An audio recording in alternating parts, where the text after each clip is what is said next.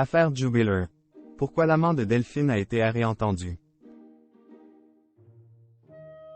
Comme l'ont rapporté nos confrères de 100% Radio, le 2 avril, l'amant de Delphine Jubiler, disparu depuis plus de 2 ans, a récemment été réentendu par les enquêteurs avec son époux.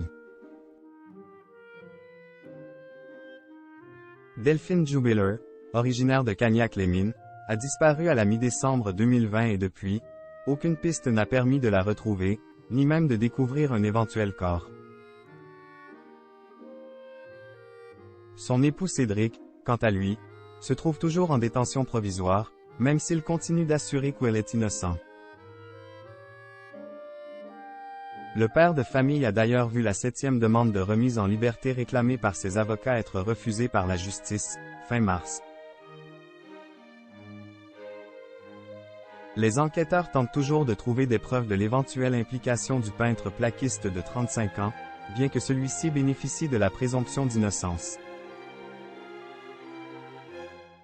Et comme l'ont révélé nos confrères de 100% Radio, le 2 avril, l'amant de Delphine Jubiler et la compagne de ce dernier ont été entendus de nouveau au cabinet des juges des instructions, en février dernier.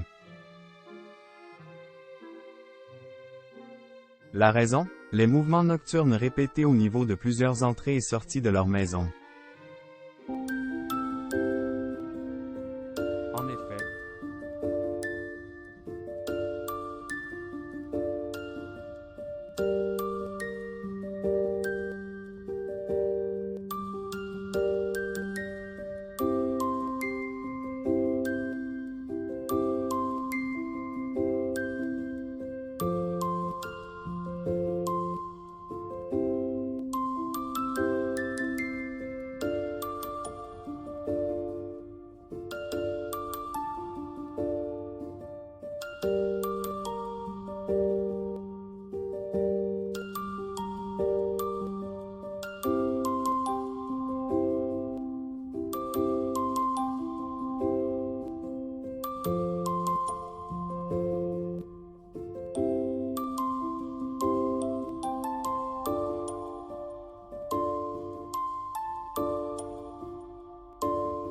attirer Delphine chez eux.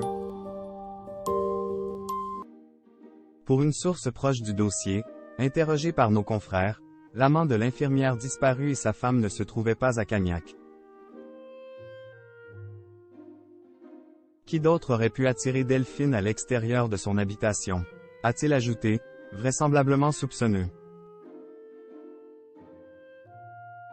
Pour rappel, cet homme avec lequel elle vivait une histoire d'amour pas tout à fait officielle s'était exprimé sur cette affaire, dans le livre Le mystère Jubiler, enquête au cœur d'une disparition, signé du journaliste Ronan Folgoa et publié en mars 2022. Ma vie est détruite, lançait-il avec émotion, en estimant toutefois devoir avancer pour son fils. Je pense surtout aux 2 enfants de Delphine. C'est pour eux que la situation est la plus terrible, ajoutait-il, le cœur serré.